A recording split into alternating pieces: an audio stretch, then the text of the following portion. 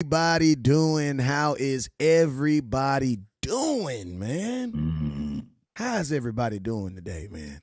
Listen to me, man. I'm going to tell y'all, boy, it's your boy West Coast. We live in the building, man. And I'm going to tell you this right here, man. When things happen the way they happen this week, man, you got to go. You got to go holler at one of the homies and be like, man, we got to sit it down, man. We gotta sit it down. We gotta wrap this thing up, man. And when I wrap it up, I mean I need one of the best, man. So salute, man. I got Law Nation in the building today, man. What's up with you, Law? Man, I appreciate you, man. Look, let's get it, man. The best way possible, man. Shoot, We're man. live. We're live with it, man. I thank you for bringing me aboard. I can't even talk right now. Thank you for bringing me aboard, man. And we're going to get this show on the road, man. We're going to talk about the good, the bad, and the ugly. Shoot, I heard that, man. Well, hey, man, you guys already know whenever West Coast goes live, there's two things you guys can do. First thing you must do is you must hit the share button, okay? I need every single person right now, no matter where you are right now. Listen to me. We all mad, right? We all upset, right? So this is what I need you to do. I need you to punch that share button. You punch it, boom, boom, boom, boom, boom. Like my son say, punch that share button, man. I need you to take your aggression out on that share button right now. Hit it, hit it, hit it. All right. Now, the next thing I need you guys to do is three things that you guys got to do whenever you watch content, and they all start with an S. You need to hit that share button. You need to hit that star button, and you need to hit that super chat button. Now, hey, what are stars and what are super chats? You guys already know what they are, man, but I'm going to let you know very quickly. It's simply a monetary way for you to support the content that you already love. You feel me? When you see Law Nation out here at these events, guess what?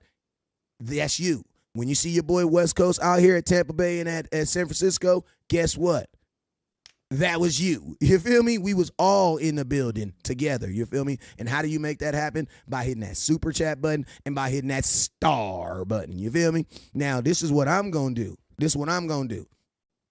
I'm going to give everybody they love right now. I'm about to go through here. If I see your name, I'm going to say what's up to you. When I say what's up to you, I need you to do one or two things. I need you to hit that share button. I need you to hit that star button, or that super chat button. We about to run through it real quick. Hey, man, this is what you get for being on time. Let's get it. Ready? Richard, what's up with you, Richard? I see you, my boy. Jay Brian, I see you. Who else I got up in here on YouTube? I got a couple. Miss Rose, I see you, Miss Rose. My boy Dizzy, what's up with you, Dizzy? YHM, what's up with you? And Mike, I see you over there, man. I see a couple people that have already got here on time, and they already saying what's up with you to your boy West Coast. Law, you still working over there? Man, I'm building the play while it's in there. I heard that. Hey, it looks like we working, man. I heard that we were. I heard that. Hey, man, you got Paul George and you got James Harden up here, man. We about to ride this thing. Hey, listen to me. It still ain't really, listen to me. It hasn't hit me that my season's over yet. You want to know why? Because I'm still not able to watch Laker games. I'm still not able to, like, you know what I'm saying? Like, that's when I know, oh, my God, my season's over, when I can actually sit down and watch a full Laker game. You know what I'm saying? Right. Like, I'm still kind of like, I'm still kind of going through it, man. It's just what it is, man. That's exactly what it is, man.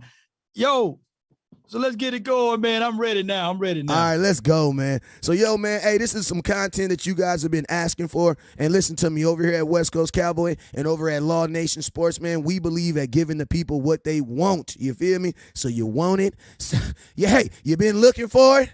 Well, here we is. Here we is. Let's go. All right, so, yo, we go. Hey, Let's go. Hey, listen to me. We're going to have one rule on my quarterback tonight. We're going to have one rule. Y'all going to get 15 minutes. Y'all going to get 15 minutes. All right? 15 minutes of Dak Prescott. Now, I got a rule. After this 15 minutes, we're going to talk about something else. You want to know why? Because it's healthy. Yeah. That's healthy. Okay?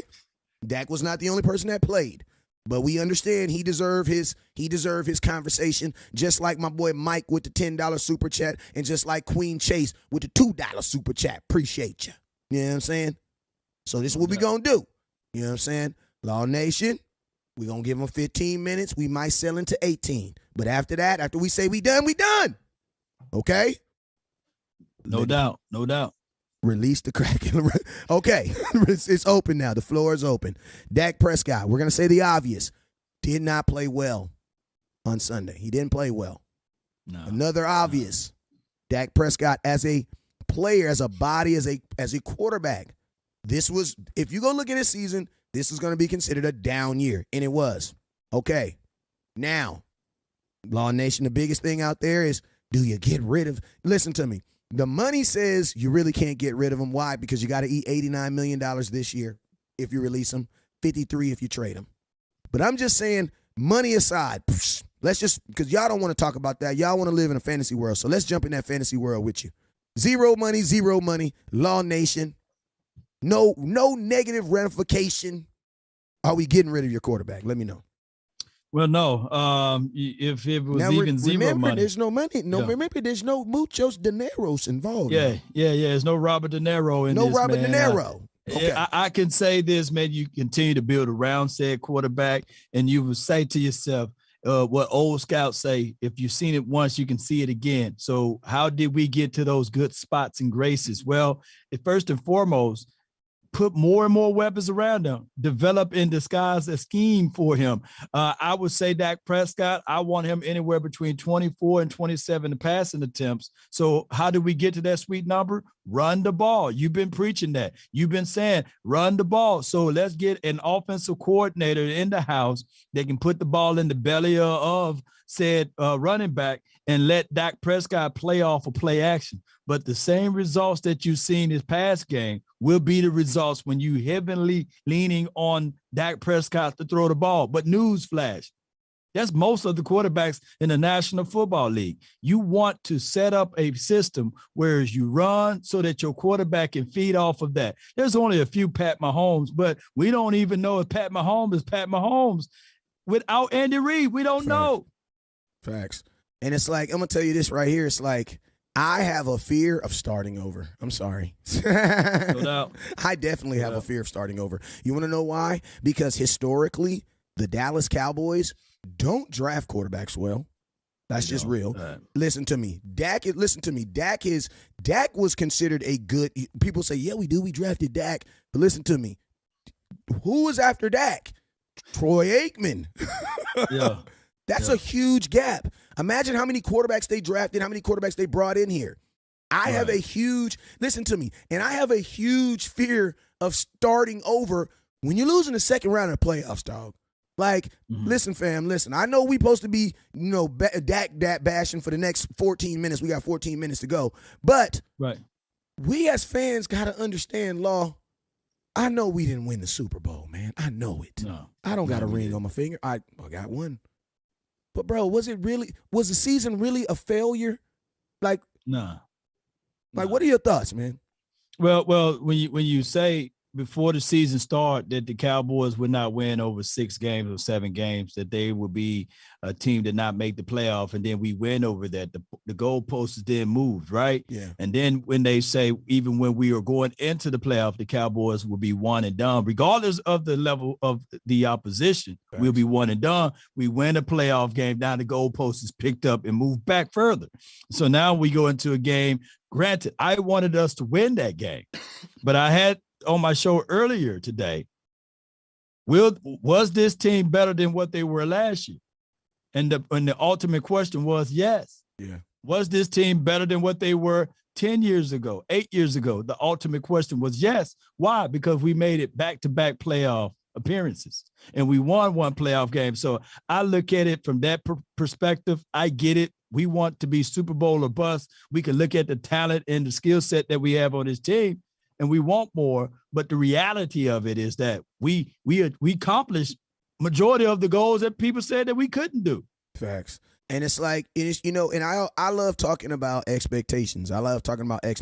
Appreciate you, my boy Tristan, with the 200 stars. And real quick, the reason why I don't have an N in the DAM of my caps to run the damn ball is because I'm a coach for a 6U program, and they don't allow any vulgarity. But run the damn ball is still our motto where we play. So it has to be suitable for children to wear. So I had someone asking why I don't put an N in there.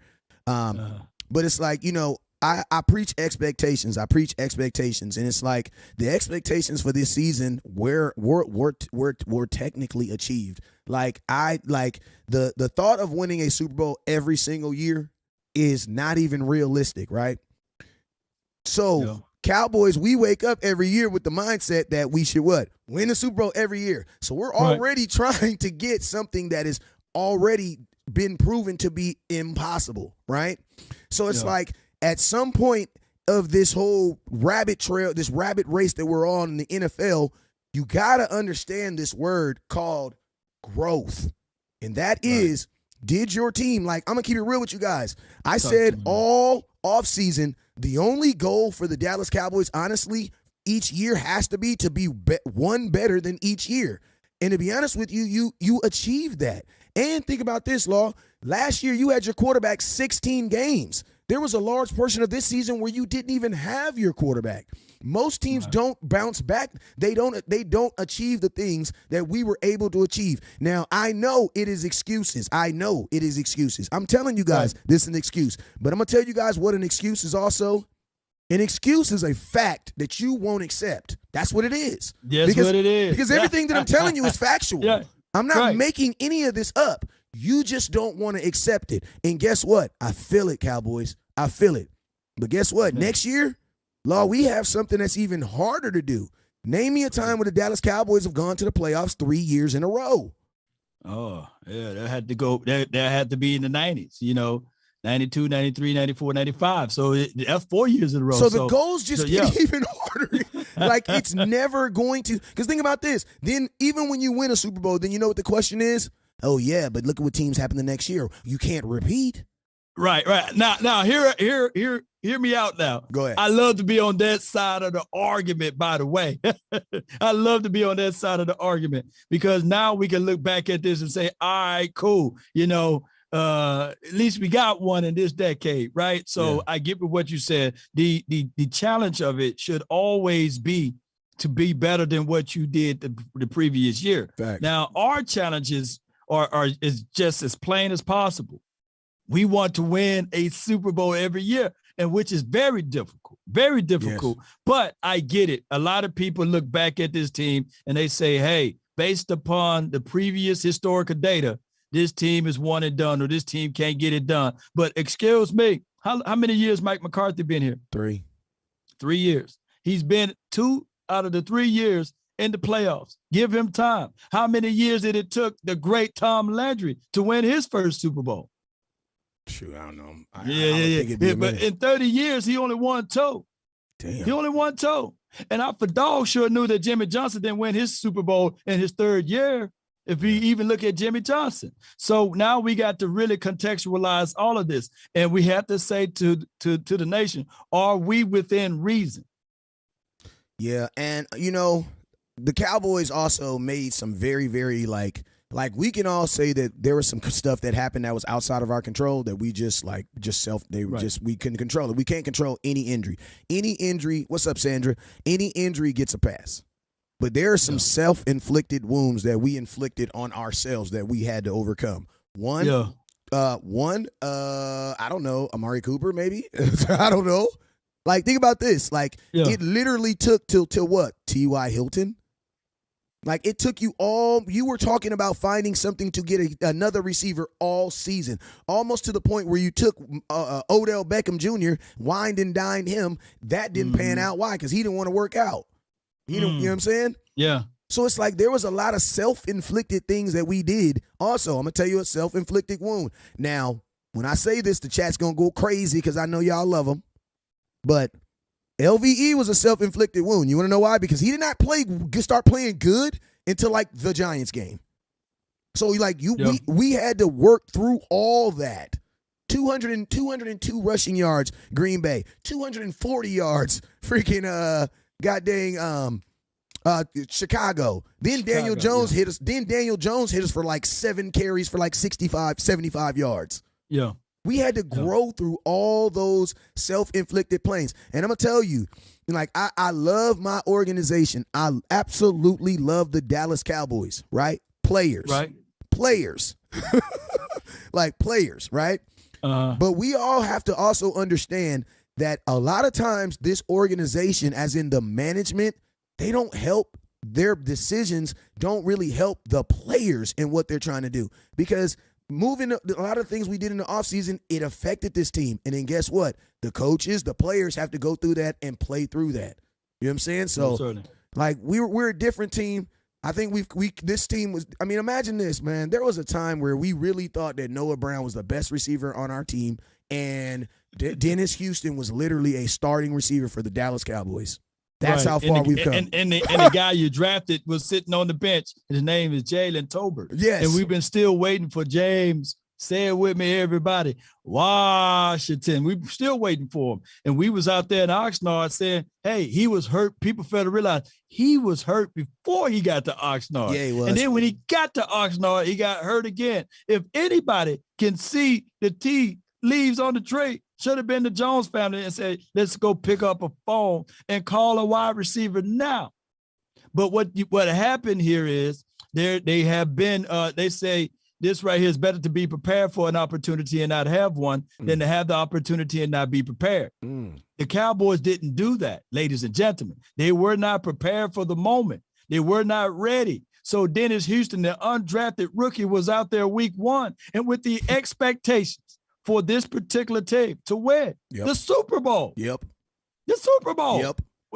That was the expectation. And somebody gonna sell to us, hey, we supposed to be able to win the Super Bowl with the trough of talent that we have. That's not happening. Yeah. I mean, so it's like this season, if I had to sum this season up in one word, is just overcome. Like bruh. Like, this was just a season of just overcoming. Like, what is it next? Like, it started off with Kelvin Joseph and his blah, blah, blah. You know what I'm saying? And then you also had a season where it was like almost every major decision that you'd made just came back to burn you in the butt. You know what I'm saying? Like, we're going to get Kelvin Joseph out there. We're going to give him some opportunities. Okay, we're going to give him here. Oh, now we have the perfect opportunity to play him. Why? Because Anthony Brown just went down. Oh, let's throw him out there. 2 touchdowns later. Like two touchdowns later. Like, it was like literally like the Dallas Cowboys, in my opinion, were just everything was just about overcoming. Like, you had to overcome losing Dak. Because, like, listen to me. When Dak went down, a small person inside of me said, welp, it's a wrap from here. This is how I got to break this down, West Coast. Go ahead. You do things to complement, your team. Just like you run the ball, you play complementary football, you run the ball to help out your defense. Well, you also draft players to complement the style and scheme that you run. Thanks. Like, there's not been a team to win a Super Bowl that primarily play only big nickel. We play a lot of big nickel. We play a lot of foreign football, hybrid style football. We're not a 3-4 team. We are a 4-3 team, but we converted into a 3-4 team with big nickel because we got players that don't match. Yeah. LVE, when you look up his scouting report, everything streams at the people saying that he will play better with clean pad levels, right? With a big front up front. He is a rangy cover linebacker. He's not a thumper. Well, those type of linebackers relish in a 3-4 scheme. Even if we look at Parsons, who's now being converted to an edge guy, to put him in the likes of Von Miller, the other guys that played this game like Khalil Mack, they primarily play in 3-4 systems, just like the TJ Watts. But we are in a 4-3 system, even with Michael Parsons, and expecting him to do what Joey Bosa's of the world and Nick Bosa of the world do, which would be a far reach or far stretch for his size and his skill set. Break it down for me, man. Yeah, and I'm going to tell y'all this right here. I love me some Dan Quinn. Let me say that first and foremost. True. I love me some Dan Quinn. You think I should say it 3 times? Because I feel like say it one more time. Because I feel like after I start talking about Dan Quinn, y'all gonna be like, man, Dan Quinn. West Coast just a hater. He don't like Dan Quinn. So let me say this one more time. I love me some Dan Quinn. But I do have some things I think Dan Quinn needs to change. Yeah. Like, 1, Dan Quinn, what you can't do needs to dictate what you can do. Right? There we go. If Big Mama only got $50 in her purse, we can't go to Piccadilly down there and get $60 worth of food because we ain't got that. Right? West Coast, what you talking about? If your ass can't stop the run, I'm sorry, that slipped. If you can't stop the run with your front four, your ass can't play big nickel, bruh. What is you talking about, bruh? What is you talking about? That is Big Mama going to the store with $50 in her purse at the 99-cent store and getting 62 items. She should know she going to be $14 over. Right. Bruh, if you cannot stop the run with the guys who are getting paid to stop the run, like, that's their job to stop the run. Listen to me. You're 6'6". You're 350 pounds. God put you on earth for two things. Stop the run or protect someone who's like 4'3" worth $1 billion. That's what that's your job, bro. Like that's your job. That's your job, bro. Like don't get mad at me. That's what he put you on the earth for. If you're not doing it, bro, how in the hell are you going to ask God? Then think about this, Law. In the common language of in the common way of football, guys get smaller as they get further from the football. So there you go. The D line is 3-something. Linebackers are 2-something. Cornerbacks are 10 pounds bigger than West Coast in Law. You know what I'm saying? Smaller beard, though. Smaller beard. But they got it. You know what I'm saying? J-Ron Curse. Now, listen, think about this. These guys are now, I'm going to tell you where they get around these guys at, though. Because they be like, oh, but he's 6'4", 275. That's not, appreciate you. Thank you, my boy Love Week. That's not small. Listen to me. That is small. You want to know why? Because how big is a guard, bruh? Like, we got to remember. You got to remember, when Donovan Wilson is in the box, he's dealing with guards and tackles. There's a huge weight limit difference. And think about this. To prove it, I said this at the beginning of the season. I said, because my boy, one of my real good friends is Sharif Wright. Sharif Wright is a safety. He played. He made a lot of money in the NFL.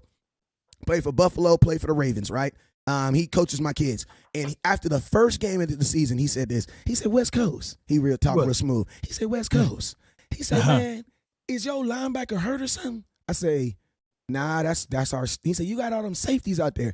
I said, yeah. I said, that's our defense. He said, man, I ain't even gonna lie, man. I had to talk to my agent about that. Because, man, when you are a safety up there playing linebacker, dealing with guards, why do you think Donovan Wilson stayed dinged up? Why do you think J-Ron Curse stayed dinged up? Why do you think Malik Hooker stayed dinged up? Because, bro, they're like 50 pounds smaller than than everything that's coming to them. Everything. And that goes to this right here. Ooh, you preaching now, man. You preaching. Here's what that goes to. That's why it's imperative for the Cowboys to play with the lead. Facts. Notice when we jump up on teams and we've got the lead, then the teams abandon the run. We can swarm, rally, hit, and chase and get to the opposition. And that's why we have mismatched situations, even as it relates to the scheme that we run on defense. Why, Law? Well, is Diggs a press cover corner? Just give me a yes or no. Yes. Wes. Is he a press? Is he press? Do you trust him on press? Oh, do you trust him in press, or do you trust him more in zone? Dan Quinn trusts him. I've seen him press in Alabama. Now, I'm going to keep it real. Do I think he can do it? Yes.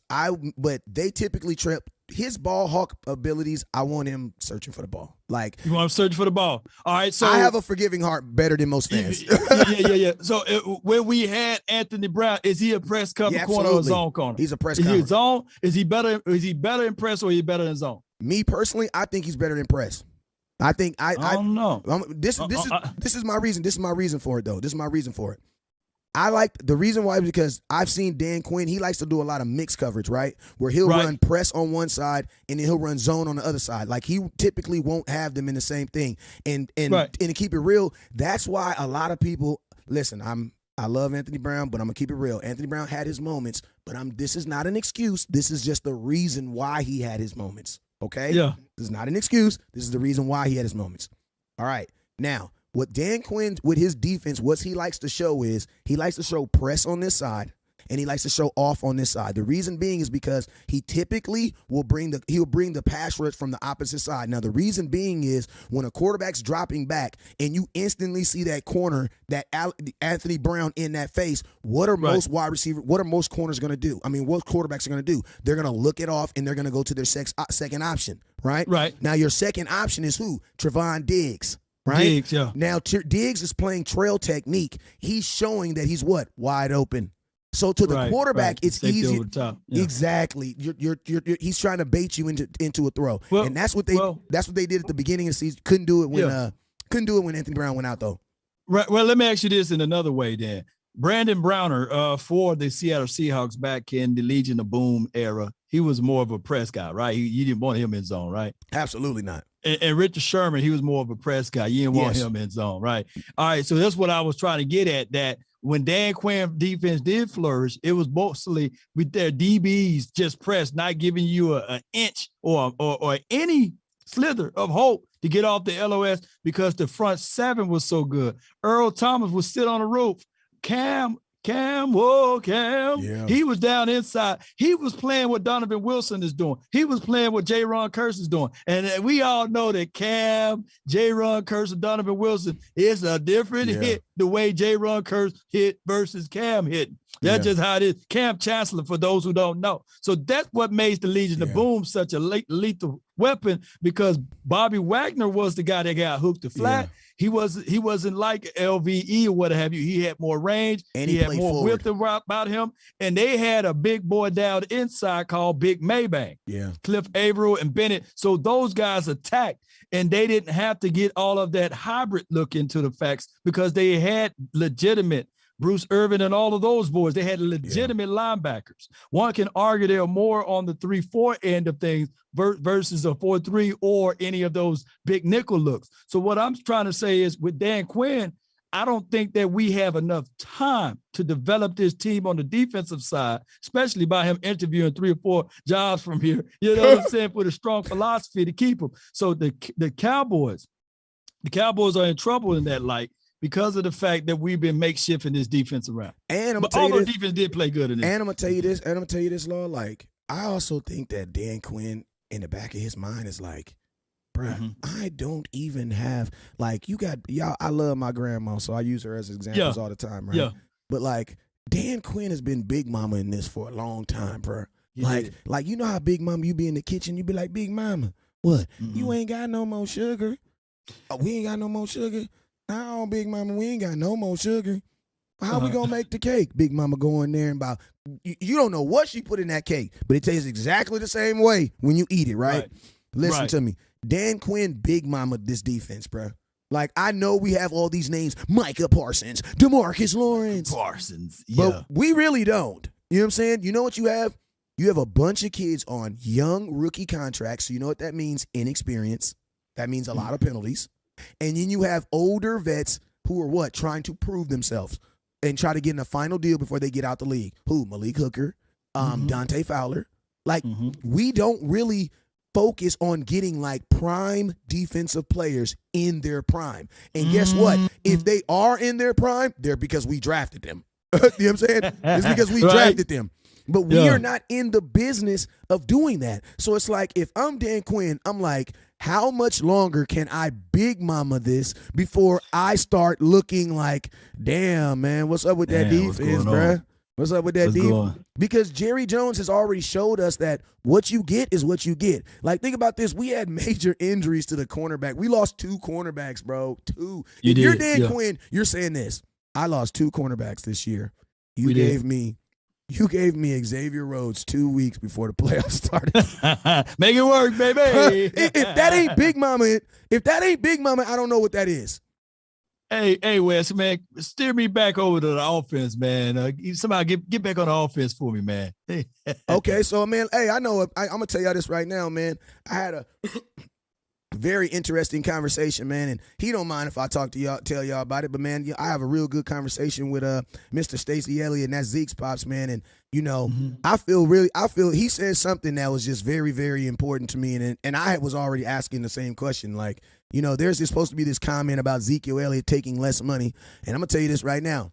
If you if anybody live right now can send me to westcoastcowboy@gmail.com, that interview, I got a free run the damn ball hat for you. I might even throw you $50 too. Because as of right now, I myself nor his dad have seen an interview where Ezekiel Elliott said out of his mouth that he's willing to take less money. That's all I'm saying. Now I know that a lot of people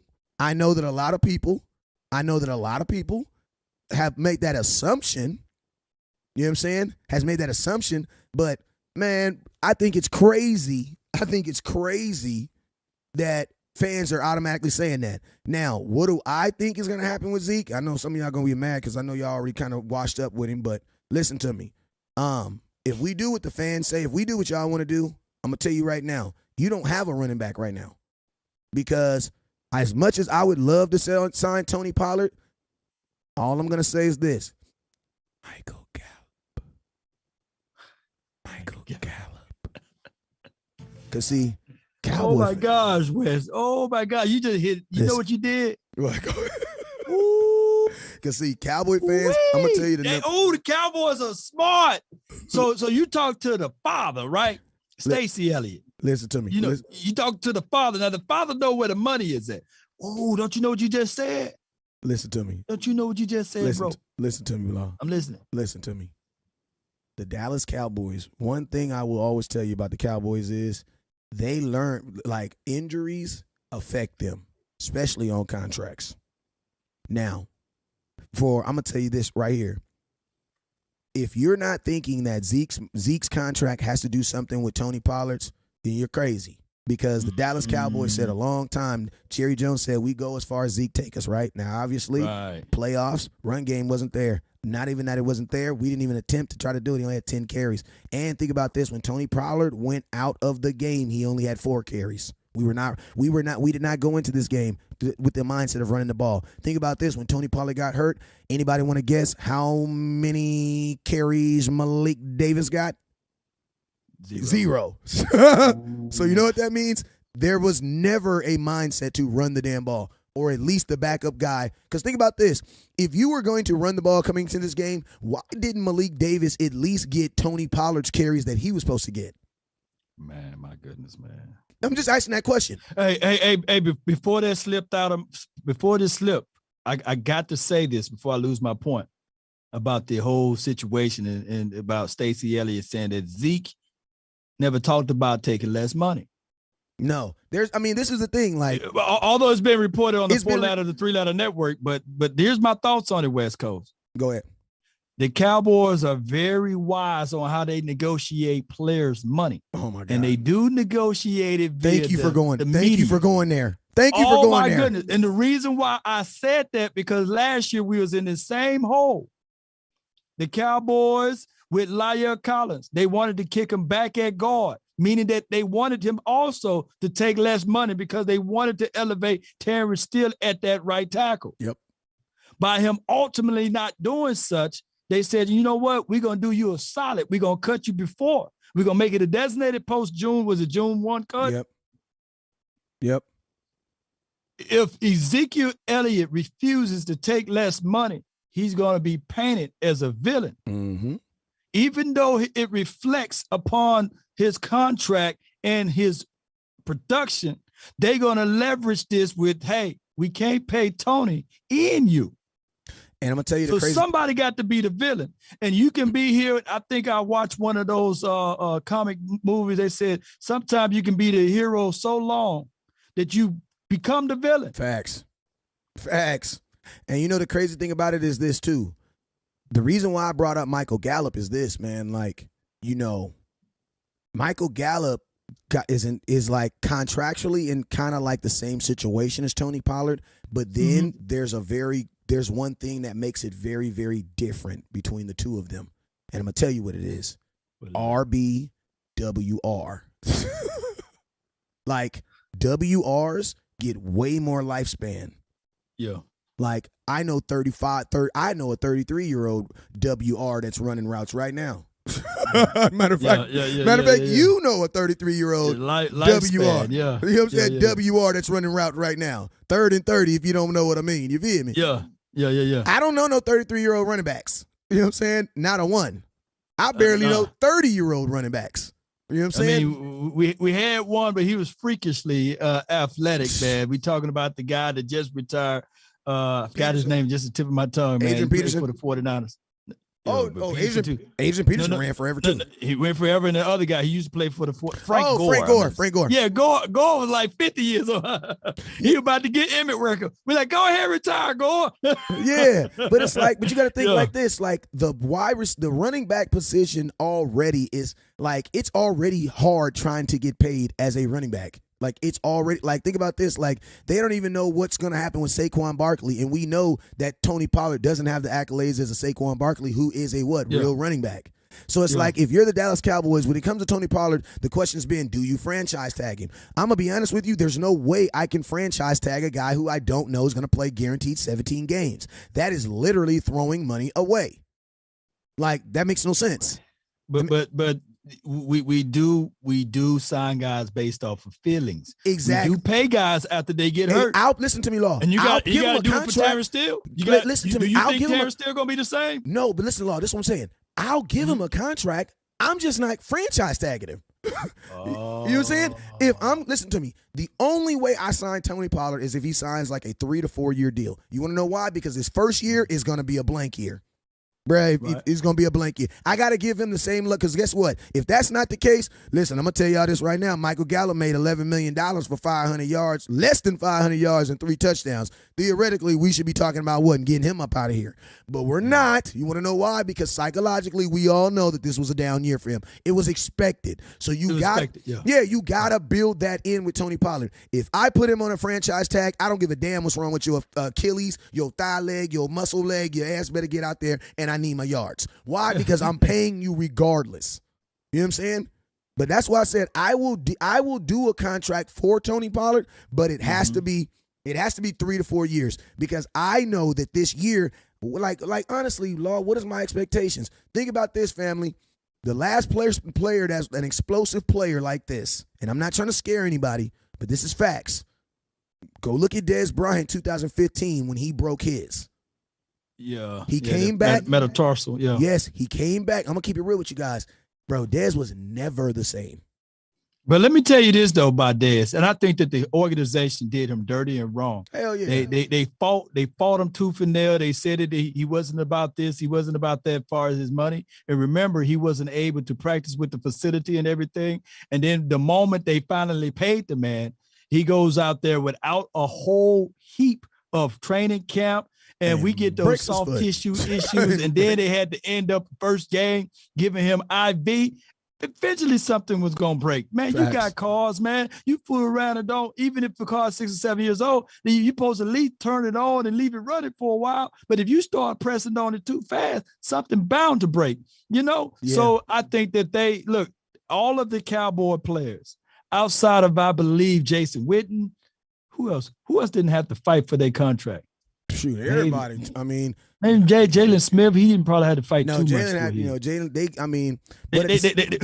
gave Jalen, they paid Jalen Smith in spite of, I believe. I think they paid Jalen because, they was like, okay, Zeke. Did they pay Jalen before Zeke? This is the thing. Jalen Smith was going to be this was after his Pro Bowl season too. So, right. They got Jalen on the deals. At that time, it was considered a deal because he was a restricted free agent. Now, you guys know I'm cool with Jalen, and he even knows this, that I thought that he shouldn't have signed that contract. I felt that he should have went to free agent and tested the market, because, like, if another team wants to pay you, you should make the Dallas Cowboys come pay you more. And guess what? They ended up releasing you 2 years anyway. You know what I'm saying? Right. So, right.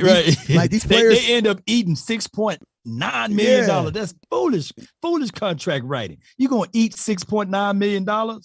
Yeah, I mean, that's foolishness. But it goes to show you that the Cowboys, the way they handle some of these things, like, we've been good. Will McClay been like Big Mama. Since you mentioned Big Mama, right. Will McClay been Big Mama for the Cowboys during the off season. Yeah, finding players and stuff like that. But overall, man, we've been shooting ourselves with these contracts. We have been, and at the same time too, it's like, it's like you said something that was really dope that you said, and it's like, these players hold out, and then, they're not with their team, they're not with their players, and then they go in, and then, these freak injuries happen, and they're freakish because their normal processes is knocked off. And it's like, to me, as a father, I look back and I be like, that's on the organization. Because as an organization, I have to look at myself and say, hey, is this contract negotiation worth, fighting all this da-da-da-da-da? Then we don't get a deal done, and that goes on to training camp. Like, I'm going to tell you, like the Cowboys, like, I love the way other organizations do contracts. Like, if I'm going to sign you, we're going to sign you, bloop, you're done. Bloop. Patrick Mahomes got signed for $500 million, bro. The day before it happened. Nobody knew it. The day before it happened, we're all sitting up here eating chips, just minding our own business, bro. Nobody knew it, bro. Right. We were like, hey, man, this boy got paid. $500 million, bro, and nobody knew about it, bro. Like, that's what I wish. That's like, there's one of my favorite quotes in the Bible. It says, let your no's be no's, let your yeses be yes. And it's like they play it out through the media, which drags it out. And it's like, bruh, like Cowboys, if you're like, I would wish they just have a meeting. We're going to sign him. We're not going to sign him. We're going to sign him. We're going to sign, and then execute. Execute it. Don't tell a soul. But you know how it goes, Wes, man. It's always something, man. It's always something. It's just like this. Breaking news, the Cowboys are thinking of letting Terrence Steele test the market before signing him. The reason being is because he refused to take the discount. Oh, we got more breaking news. Tony Pollard will be now put on the franchise tag. We live off of that sensationalism, and we don't even know how much of a danger this does to the psyche of the players, the mindset of the players, and beyond. It's crazy. Yeah. So let me ask you this then, fam. And I'm gonna pull up this list right quick. Let me pull up the list. Do you pay Tony Pollard? Do you pay T.Y. Hilton? Do you pay Jonathan Hankins? Do you pay Donovan Wilson? Do you pay, who else I'm leaving out? LVE. Do you pay Dalton Schultz? Let me go. Who do you pay? Go through. Say one name. I'm gonna give you. Do one. You pay Anthony Brown? Here's a contract year for him. Anthony Brown. Honestly, you pay him. Am I paying Anthony Brown? I'm going to be honest with you. I might actually end up paying Anthony Brown. You want to know why? Because for his talent level and where he got injured, he's for sure going to be ready for training camp. And it's like, I feel like I can negotiate a very good deal for him, and it would be cheap considering he's going to be a starting cornerback in the NFL. Now, Anthony Brown doesn't stop me from doing anything else because it's going to, like, he's probably one of the cheapest starting cornerbacks in football. You know what I'm saying? So and his injury was so early. So it's like, would I put him on something worth like $3 million, $4 million? I would. You would give Anthony Brown LVE's type of contract what he did this year, right? Absolutely. Okay. Absolutely. What about Connor McGovern, the swing guard? Do you pay him? He only allowed 2 sacks this season and had 1 penalty. I'm going to play Connor McGovern because of the word that I hate that they always use, versatility. Yeah, I'm going to pay him for versatility just because, like, he played tackle for you, played guard for you. If I'm not mistaken, he even played center a game. And he fullback too. And Zeke played Zeke played center too this year one time. Yeah. In a playoff game, actually. Go figure. In a playoff game, he actually played center. So I'm gonna bring him back. The reason also too is like some of these guys, I get it. You don't like where they are right now, but the hope is that they get better each year. So we're not like, just like you get better each year at your job, like everybody gets a little bit better every year that they do it longer. The hope is that that some of these guys get better. You know what I'm saying? Because you just can't. The salary cap prevents you from just cutting everybody and going get all the good players. Guess what? Everybody wants all the good players. You know what I'm saying? You got to make deals with some of these players that are just kind of good and just kind of trust and just hope that they get better. You know what I'm saying? So Connor McGovern's a guy that I'm gonna pay like he's playing right now, but I'm gonna hope that he gets better. And he's a starting offensive lineman in the NFL because he starts on your team. Go ahead. I got a super chat from Mark Hutchinson. He says, it's going to take Pollard 2 years to become himself again. No running back is worth 12.5. What's your thoughts on that? I don't think it's going to take him 2 years, but I definitely think it's going to take him. Listen to me. This This is an epiphany. Mm-hmm. If Tony, listen, are you guys, because this is from God. There's a question y'all need to ask Tony Pollard about Tony Pollard. Okay.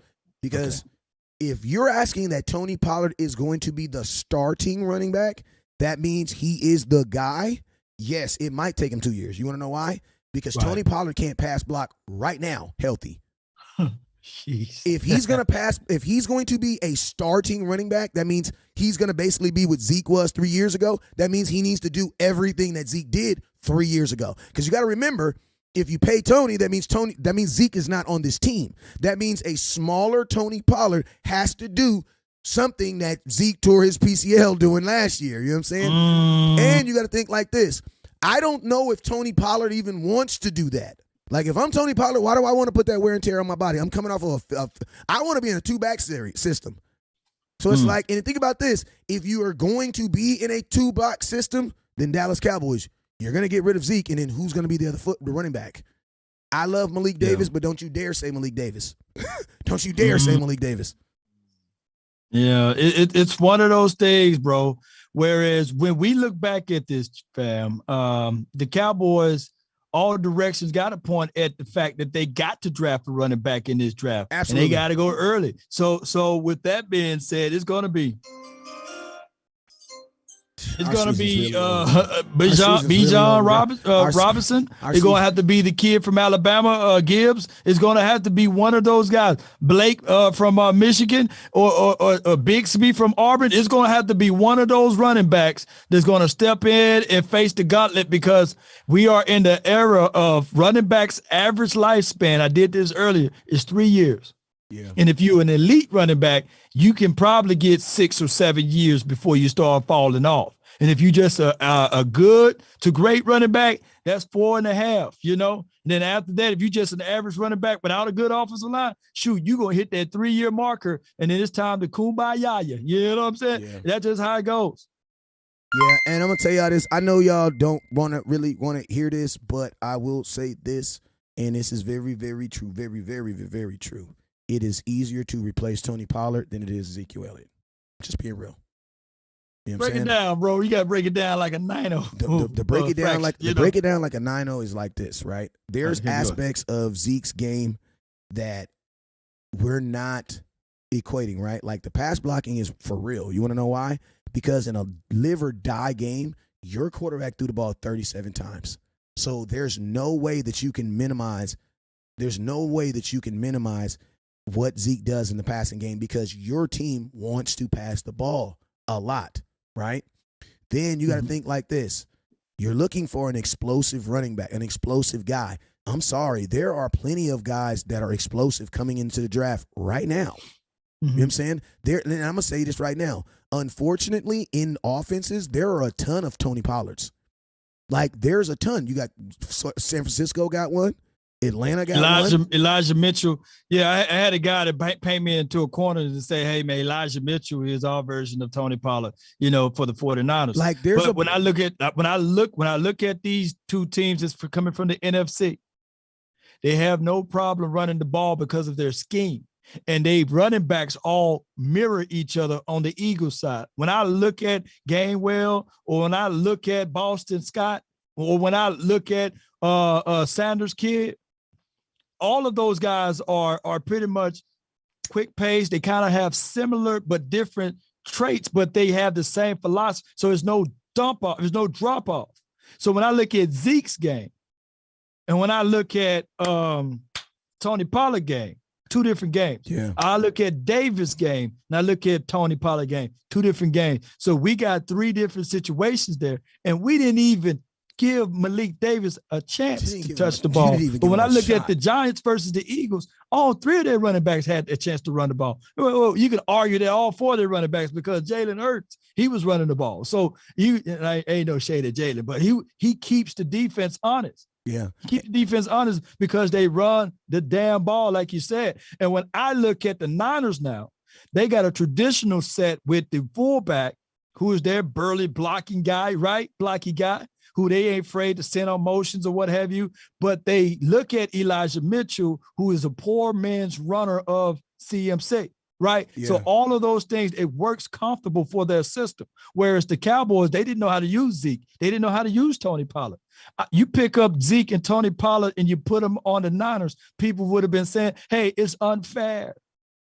Yeah, and I'm gonna tell you I'm also gonna tell you like this too. It's also about think about this. You guys love how much we love Tony Pollard, bro.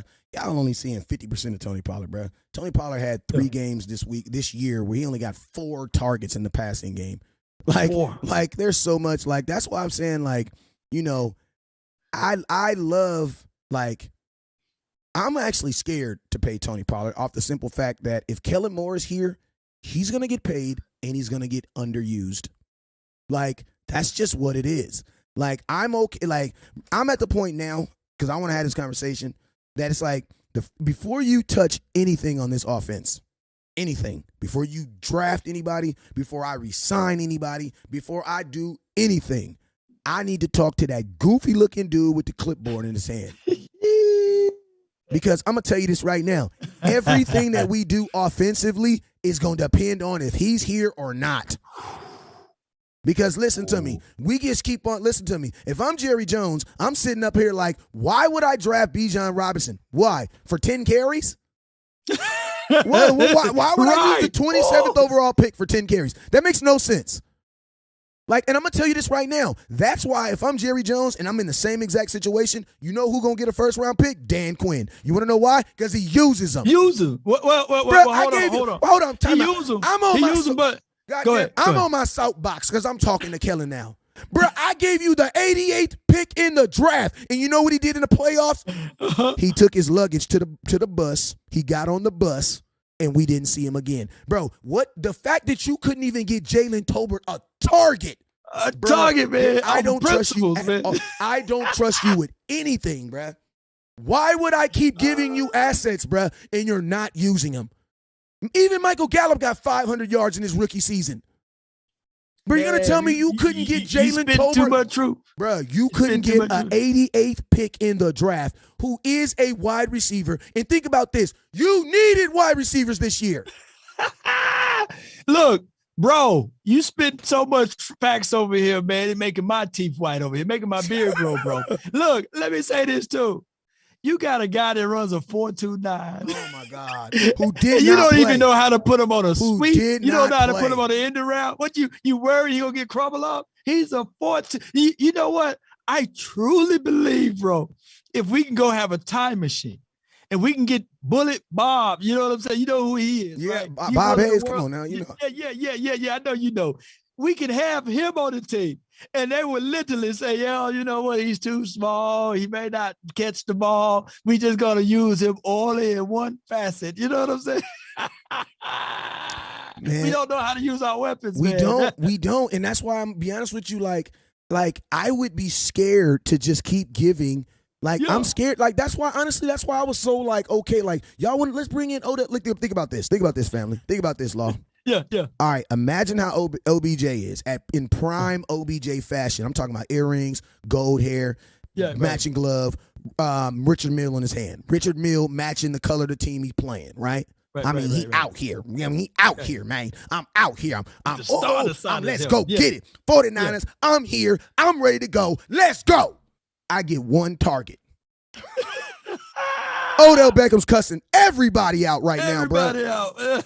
Bro, imagine if Odell Beckham was T.Y. Hilton. Oh, my God. And got one target, bro. One target.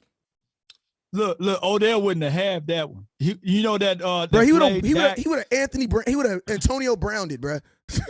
You know that play Dak had that blitz in his face and then he dropped back and Fred Warner made a good play on it. But it was CD, but T.Y. was wide open. Yeah. If that was Odell, ooh. He would have blew up right then. He would have blew up on the field right then. Right then. Right then. Yes, it did. It would have been.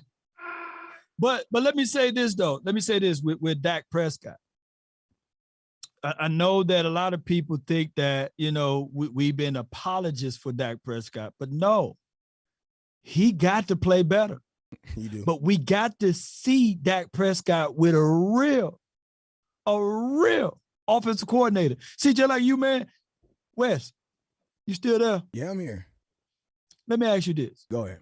You and I are considered peer-to-peer, right? Yes, sir. We buddies, man. So if we fool around, you hit like a good deal and you got a lick at a studio and you say, I'm going to bring my boys on, right? Mm-hmm. I'm only going to challenge you to a level that's equal. I'm not finna chastise you any more or any less because I'm going to look at you, man. We started this thing together. Facts. I'm not going to respect you, and I respect you, but I'm not going to respect you enough to the degree whereas I would take your advice and apply it if we started out together. That's how I look at the relationship with Kellen Moore to Dak Prescott. It's a peer-to-peer situation. So when Dak Prescott make a mistake, there's no spitting. Mm-hmm.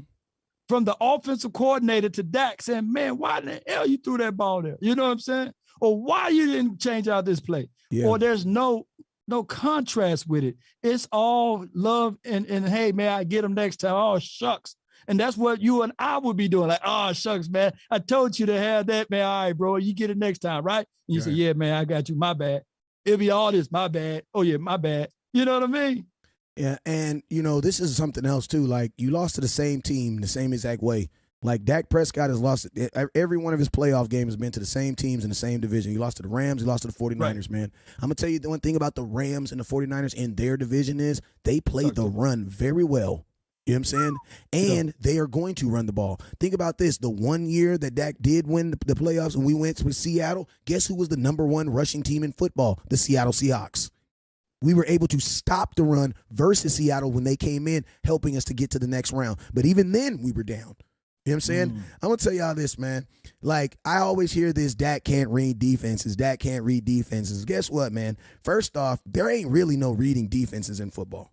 Like, at this level of the game, like, and I'm saying some, oh my God, what are you talking about? There's not, I'm gonna break a little secret to you guys. They're not standing out there. You know what they're doing? You know what they have in their head? They have a voice in their head that is talking to them all the way up into the 5-second mark. You know what I'm saying? That's cool. That's called what? Your offensive coordinator.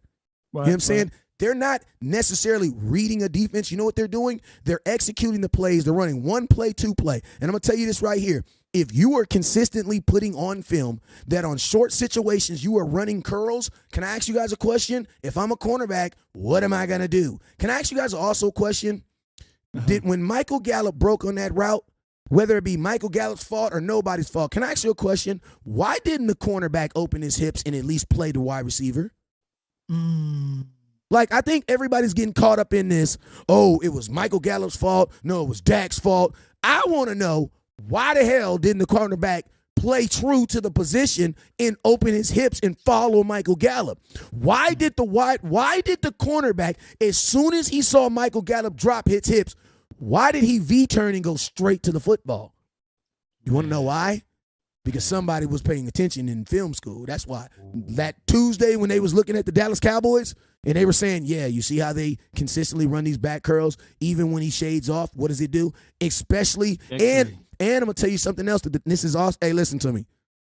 They have different levels of things, right? You have basic level, then you got that elite level. This is that high, this is that premium cowboy talk. So this might go over a couple people's head. If it go over your head, just it's all good. Just say Dak was at fault. That's the best thing y'all can do. Just say, whenever you don't understand something, just blame it on Dak. You know what I'm saying? That's the best thing to do. You know what I'm saying? Because it's been working for us this well, right?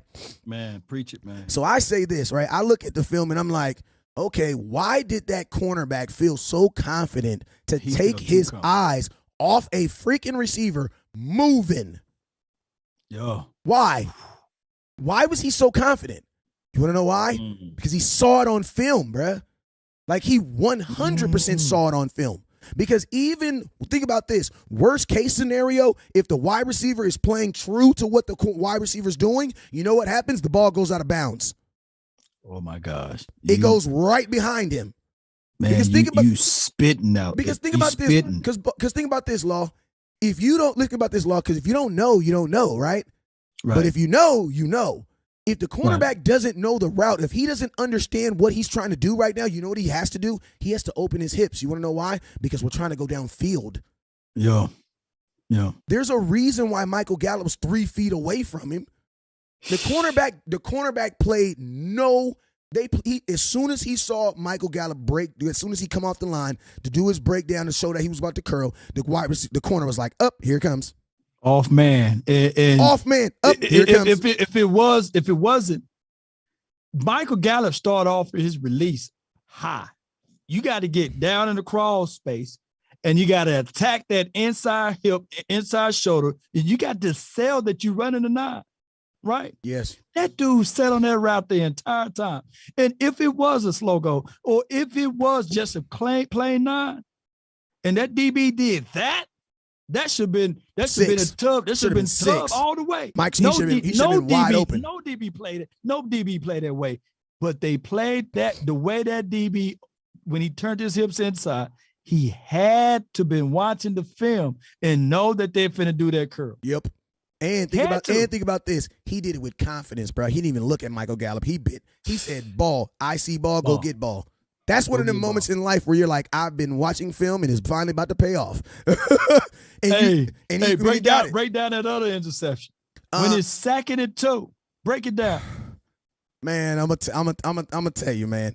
I both interceptions, right?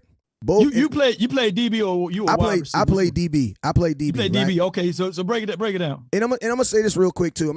Because I see a lot of people saying that excuses. Listen to me, Dak Prescott. I'm gonna tell you this right now. There are some routes, and there's a lot of routes where your quarterback is throwing the ball blindly.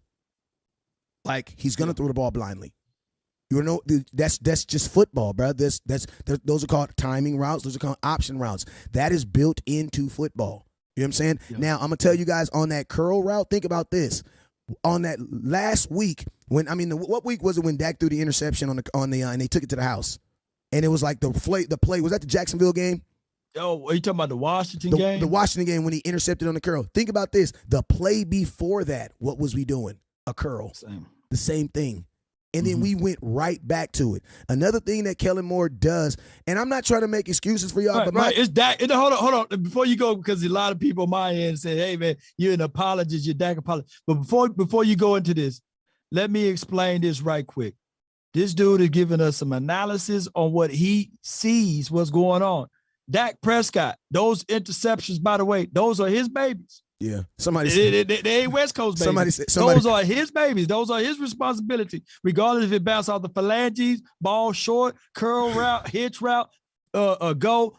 They are his babies. Hey, but go ahead. I want to pin this comment. I want to pin this comment right now because I love this one. When people say Dak's the only quarterback that needs all-star teams to be good. Like Kittle isn't an all pro. Like Deebo Samuels ain't an all pro. Like Trent Williams isn't the best the tackle in football. Like Joey, like Nick and Joey Bosa. I know they don't play on the same team, but goddamn, it felt like they did.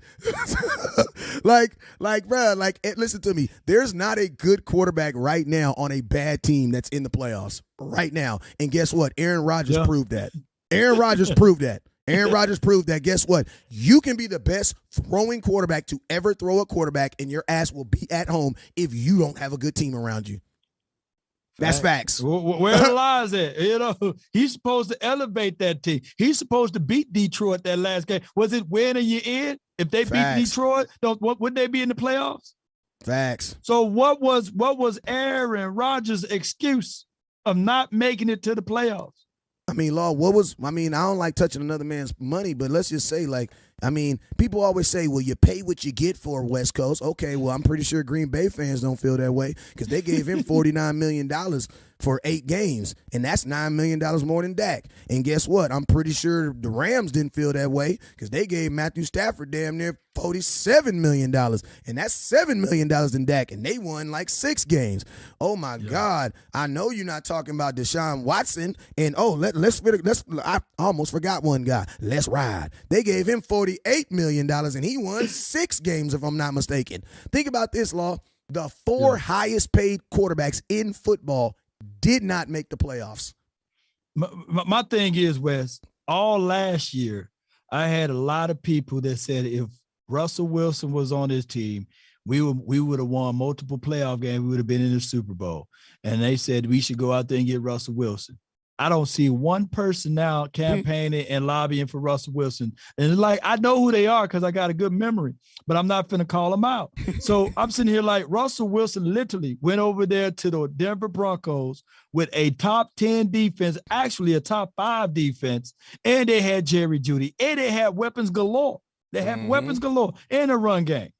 How many games did they win this year? And did Russell, was he completely healthy this year? I mean, but not a soul. Y'all not speaking high on Russell Wilson no more. Right? I mean, think about this, Cowboy Nation. It's just like this. Like, I know we don't want to, but we suck at handling failure, and we all. I mean, we got to learn how to handle failure. You know what I'm saying? Like the Buffalo Bills, I feel, are the best example. Like, I'm pretty sure Buffalo is very extremely upset with their quarterback. Very upset. But at the same time, you know what? I love the fact that Buffalo remembers Eli Emanuel. They know. That's what they remember. They're like, you know what? I can't stand that mother effer today, but you know what? I might not be so mad at him in a couple months. So we just going to chill out for right now. We going to chill out. You know what I'm saying? And kind of do what we supposed to do. Listen to me. In life, we got to understand that sometimes it is when you have a situation like, and I said my very first video on after we lost to San Francisco was this. I said the Dallas Cowboys have a major decision they need to make, and that is this. Are you going to go all in on Dak Prescott as your quarterback, or are you going to go all in as Kellen Moore as your offensive coordinator? Because the two of them do not favor each other. The reason being is because Dak needs an offensive coordinator that understands that a large part of his game is what? His ability to use his feet and his athleticism, right? Then on the other hand, think about this. Kellen Moore, who comes from Scotland, think about this. Kellen Moore comes from Scott Linehan's tree. He don't come from Jason Garrett. If Scott Linehan came from Jason Garrett, he would run the ball. You want to know why? Because even in a season when Jason Garrett had won 4 games, he had a running back that had 1,000 yards. Yeah. You know what I'm saying? Darren McFadden had 1,004 yards in the season we won 4 games. You know what I'm saying? So Jason ran that ball. But I digress, right? If you're going to have Kellen Moore as your offensive coordinator, as much as I love Dak Prescott, you got to move on, bruh. You have to. Because that is not his game. And guess what? Now everybody's going to be like, see, that's why Dak sucks. You paid him $40 million. No. Because Dak never did this when he was a rookie. Go look at how many games Dak as a rookie has when he throws the ball 40 times. 37 times. Dak didn't do that. Think about this. You guys used to hate Dak because he was a dink and dunk quarterback, and he only threw 4 interceptions. Well, guess what? You want Dak to hit home runs? Strikes got to come with it. But you know what? Don't you know what? And this is why, and I know we probably got a few Eagles fans that's watching. This is what they doing right now with Hurts. Yeah. With Hurts, they said, okay, all right, we look. They did the inverse. What they did with Cowboys was, all right, we don't know if Dak Prescott's the guy. So what we're going to do is take away and see if he's the guy. Let's see if he can do it without the offensive line. Let's see if he can do it without Dez Bryant, or let's see if he can do it without a wide receiver, right? Let's see what he can do. And the team started off in 2018, 3-5. You know what I'm saying? They said, you know what? The wide receiver by committee crap ain't working. But the Eagles did the inverse, Wes. They said, you know what? Before we pay this guy, let's see if we add weapons around him. Let's add an A.J. Brown, pay him $100 million. Let's go make sure the year prior, we're going to elevate this dude, Devontae Smith, with a A.J. Brown so that he can be comfortable. Be sure. Let's go get a Dak Prescott. I said this, if the Cowboys this past offseason were to go out there and picked up a Dak Prescott, you know what we've been saying? Shoot, now with the proper and right opportunity, he's going to be the next best thing since sliced bread. Facts. He's going to be just like we talking about James Yeah. Washington, we'd have been talking about Zachary Pascal. You know what I'm saying? Yeah. He's a big wide receiver. He just never had the opportunity in coach land. Boy, wait till week 1. We'd have rolled out with Zach Pascal, and we'd have said, that's enough weapons. Let's see what this team can do now, Dak. You know what I'm saying? Yeah. But what the Eagles did and said, all right, we're going to put weapons around him, not just on the offense, but also help out the defensive side of the coin. That's what they did. Hey, I'm going to tell you the problem with the Cowboys, and I coined this statement a couple years back. You know, the only time in life that you can get better in something, now I'm going to just say the statement first. I'm going to just say that. All right, the Dallas Cowboys, because y'all, this is a highly intelligent group I have right here. So the Dallas Cowboys believe that they get better by subtraction. Yeah. While most teams in the NFL, actually 31 other teams, believe that you actually get better by addition. What do I mean by that is Dallas Cowboys feel that they look at their team and they say, you know what? We were good, but we will be better if we took this off.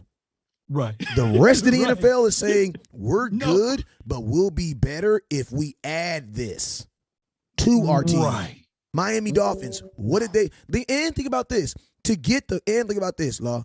If it's about success now, these seasons are too damn long to be waiting to, in 2025, we're going to be good. These seasons are too good, bro. Yeah. So what do you need to do to get instant? We want instant success. Instant success. Instant success. What do? You add to it, bruh. You add to what you already have. And I'm going to tell you this right now. That's why I say right now, I'll fight you if you want to fire Mike McCarthy. On my mama, I'll fight over it. I'll take my shirt off right now. We can go in the garage right now. I'll fight you over Mike McCarthy. You want to know why? Because before Mike McCarthy, you know what we did? We did this exact same formula, but the only difference is the other coaches had your ass going 8-8. 8-8.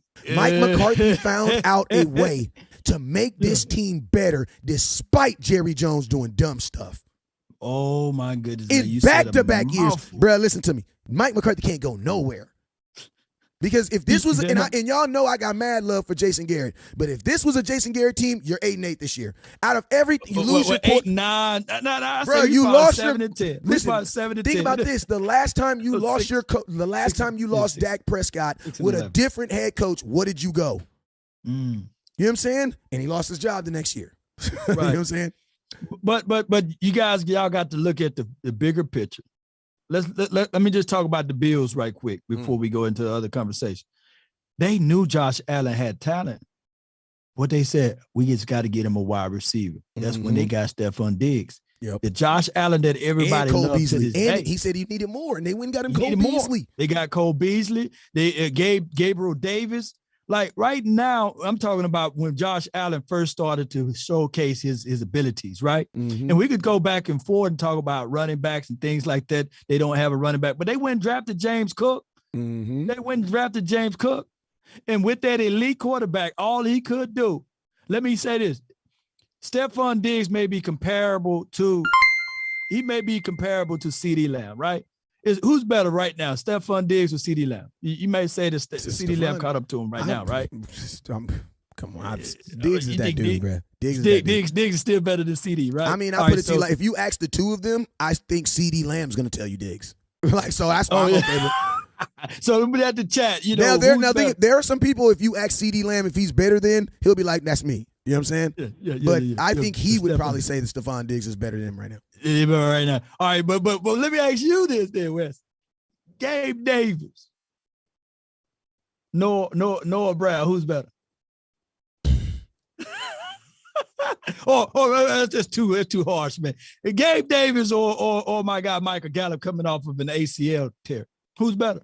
100% healthy or as of right now? As of this season, Gabriel Davis is a whole lot better than any of our number two options. Probably Davis. Yeah. So what I'm saying is that, shoot, they had weapons over there. All they could muster up was 10 points. Yeah. 10 points. And think about this, Law. I'm going to tell you something else that people don't even think about with Josh Allen. There is no excuse for him to lose in the snow. You want to know why? Where did you play college at, boy? Dakota. That joker played in North Dakota. So where did you play college at ball at? Yes.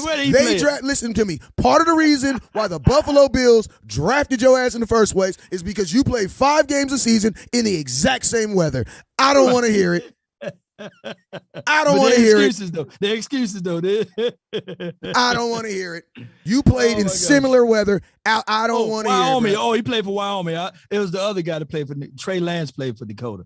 Okay, so Wyoming. But you know what I mean? Like, but at the same time, Wyoming bro, Cowboys, this the same weather, bro. Same weather. I don't want to hear it. I don't want to hear it. Is it cold in Wyoming?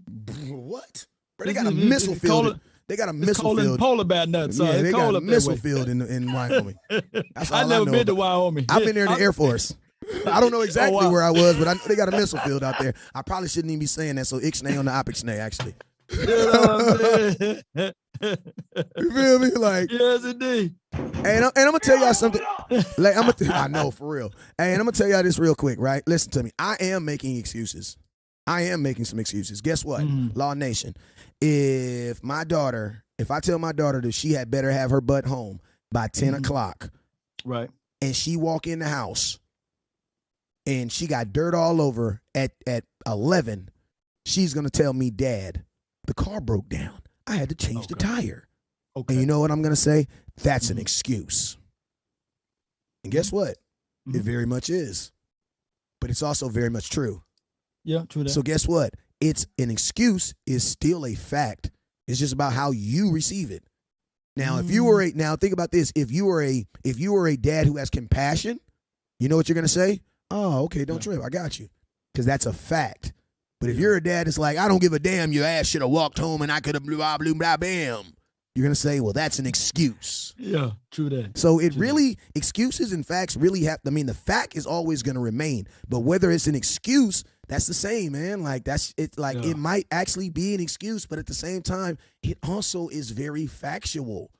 Mm-hmm. Like, it's very, think about this, Law. Like, do we honestly think that Dak breaking his finger had nothing to do with him throwing maybe just one interception? I'm not saying all 15. Right, I'm not going to say all 15. Okay? Yeah. But just one. We don't think it affected one, not even just one. Yeah, it had to affect something because it would have been a different story if, like I heard people saying that it's in his DNA, right? Yes. It would have been a different story if he was doing that prior to the broken of the thumb, right? You know what I'm saying? We would say, all right, you know, he was throwing them things before. Bro, his mama, Dak, listen to me. The Dallas Cowboys made a whole montage off of how Dak Prescott's mother would talk to him about throwing interceptions. And now you're telling me that guy has a problem with interceptions, bro. Yeah. The Dallas Cowboys made a whole montage. Yeah, you know, I would come home from practice. I'd tell my mom I threw 2 interceptions, and she would get on my butt about that. You know what I'm saying? He would get on me, Miss Peggy. Right. You know what I'm saying? Right. Now, you think that guy, think about this. I'm going to tell you this right now. I've never heard of a guy promise that he's not going to throw 2 interceptions in a game again. You want to know why? Because you really don't have no control over that. You have no control. Look, but Dak did. You want to know why Dak did it? It's because I know that people don't want to throw interceptions. I get that. Nobody wants to throw interceptions. But Tony Romo didn't trip. Tony Romo said, if you're not throwing interceptions, you're not trying. That's what Tony Romo said. You know what I'm saying? But here's the thing, though. Dak don't believe that, though. Tony was different, though. You know, when Bill Parcells told Tony, let it rip. I want to see interceptions in the practice. Facts. Because he was too conservative with the ball, and he wanted him to test his limits. Mm-hmm. You see, and Bill Parcells, I truly believe, I'll go to my grave. Bill got away with it because he's Parcells. Go ahead and say the name one more time. But I truly believe if Parcells had the extended stay that Jason Garrett had, it would have been at least one Super Bowl in there. Facts. At least one Super Bowl in there because he had his 10 commandments on what a quarterback should be. You know what I'm saying? And he would have steered Tony in the right direction. And his team would have been better overall collectively. Although when we got Wade Phillips in the house, what if I told you that Wade never had a losing season? He never had one. They fired him when he was 0-6 or 1 and whatever, 6 or what have you. They fired him. They never let him finish that season. Yeah. So my thing is what the Jones family continue to do is they get these coaches without matching products, meaning that when Bill Parcells was here, shout out to him. But Jerry Jones hired Coach Zimmer. We didn't have a team. Remember Coach Zim? Yeah. He came over and he was like, hey, I run a 3-4, but we mostly run some 4-3. And it was an all type of, hey, we're going to have to work things out. But they did. They managed, right? Yeah. Bill Parcells was able to get this team to 2 playoffs, baby. You know, with the spoonful of players that we had coming off of a 5-11, 5-11, 5-11 season. Who had Quincy Carter? Bill Parcells, he took Quincy Carter to the playoff 10-6. We went 10-6. Hey, think about this. Think about this. Quincy Carter, I know y'all don't want to hear this, but Quincy Carter is the only quarterback in NFL history to throw more interceptions than touchdowns and go to the playoffs. That boy threw 22 interceptions and 21 touchdowns and went to the playoffs. Went to the playoffs. You know what I'm saying? And it's like, listen to me. Like Cowboy Nation, I know you guys don't want to accept this, but you're going in the right direction. We are, man. We just We're got not going in the pace that you want to go. I get it. We're not going in the pace that you want to go. But guess what? If you think about this, you're on the same. Like now, obviously, I feel that the AFC is a little bit easier division because you only have one major juggernaut out there, and that's the Kansas City Chiefs. You know what I'm saying?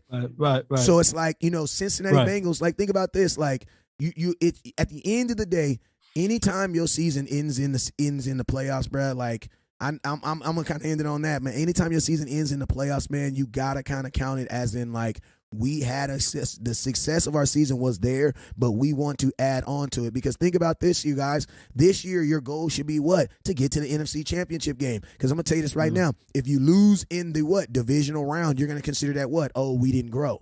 We didn't grow. Ooh, we didn't grow. Break it down. We didn't grow. So guess what? Guess what? Also, I'm gonna tell you this right now. We also need to be thinking about this year. Next year, that we need to put ourselves in a position to only have to win 3 playoff games versus 4, because that's a lot, bruh. Winning 4 playoff games is a lot. We need to help ourselves out. Like, guess what? You beat the Jags, you help yourself out. You beat Green Bay, you help yourself out. You beat Green Bay, you're probably at home. Yeah. And you only need 3 playoff games to get to the Super Bowl. So it's like we gotta understand those things too, because a lot of that played into this, man. So God is good, man. And I'm going to tell you this right here, man. At the end of the day, man, I do believe that Jerry Jones and his organization do want to win a Super Bowl. I do believe that. I do not believe that you guys are following an organization that is led by guys who don't care.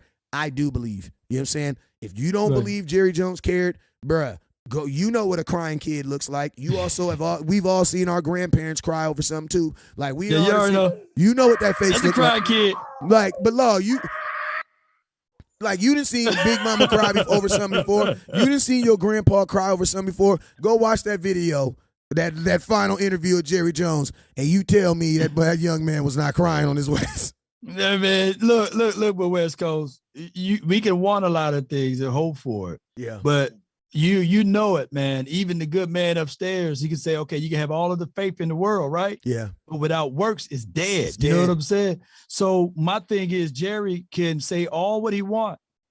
But the reality of it is that, when you do those DIY projects, do-it-yourself projects, you may sit back and say, yeah, it look good. Yeah, man, that tile that I laid myself look good.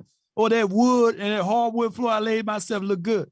I saved a lot of money, but you get to walking on it and pieces are coming up. Facts. It's shifting on you, right? Facts. It may look good from the human eye. And when you don't have the resources that's supposed to have the proper people out there to correct those things, it just look good on paper. It just look good that you said you bought those things. Just like a house with poor foundation. You can slap paint on it all you want. It can still crack and still eventually show up. The toilet water won't flush. The cabinet doors won't close right because the foundation is broken. The way you set up and built your house is terrible. And Jerry Jones, for all of these years, been building a nice, pretty house, beautiful. Yeah. But there's cracks in the foundations. Yeah. There are things that he got to step back and say, let the professionals do it. That DIY project, hey, it look good. Yeah. It look good. I laid my own shingles, y'all. I put it up there. But when it rained, the water seeps through there, Yeah. Because he's not a professional in that product. So Jerry needs to get out the way, just like we all know. Come on, Wes. Mike McCarthy didn't really want Kellen Moore. That's not even a part of him. He didn't. That's not even his branch. No, he didn't. No, he didn't. Not even his son. And I'm gonna tell you this right now. Mike McCarthy took this job with the expectation of thinking that he was gonna be calling plays, because he actually said it in his first interview. If you go look at the interview, they asked him who would be calling plays, and he actually alluded to the fact that he was gonna be running everything. Then on the next interview, that's when he said he had full faith in Kellen Moore. You know what I'm saying? So that's something that you also got to understand and remember too. You know what I'm saying? But it's like, listen to me, you guys. Like, at the end of the day, like I want to always let y'all understand this, that I 100% believe that the Dallas Cowboys each and every year, you know what I'm saying? Because listen, it just the NFL and winning the Super Bowl is probably outside of FIFA, probably the hardest trophy to win. You know what I'm saying? And I'm going to tell you this right now. The guy who's projected to win it at the beginning never wins it in the end. You know what I'm saying? So know the cool thing about the NFL is, guess what? The journey is probably equally as important as holding the trophy up, and how you actually walk in because, like, think about this. The Dallas Cowboys, we use our regular season to fix holes when other teams are using their regular season to improve their team. Guess what? How many games did the 49ers play with their running back, who knows who he is, before they was like, yeah, we need something else? That's the difference. Then they traded one of their guys for remunerations and draft capital. You know what I'm saying? But it's like that. It's like it's equivalent to us trading Davis to get something back in return. Facts. Since you're already not going to use him, you might as well get something from him. Facts. Oh yeah, and somebody said in the chat, your name just skipped away. He said, "Well, hold on, Law. Mike McCarthy did bring in Mike Nolan, you know what I'm saying? So what's your point? My point is this: Mike McCarthy shouldn't be picking his friends for defensive coordinator. There you go. Like right. Player slip. But also, I do look at it from this. That is a strong point. But West Coast, if you're gonna fall still fighting, right? Yep. At least you're gonna have the wherewithal to hire your guys. Facts. If you're gonna lose, at least lose on your terms, but not lose on someone else's. That's my point on that one. Facts. And that's my point on that one. Yeah. And it's like, that's why I think like right now, Cowboys, like, fans, like, listen to me. You don't want to tear apart a 12-5 team that lost in the second round of the playoffs. Like, I am begging you guys. Right. Like, I get it. Listen to me, you guys. Like, I actually went to the game, 2 games, was a time away from my family, and I'm not going to try to make it seem like my fandom is better than yours. I'm just saying, I know we all sacrificed.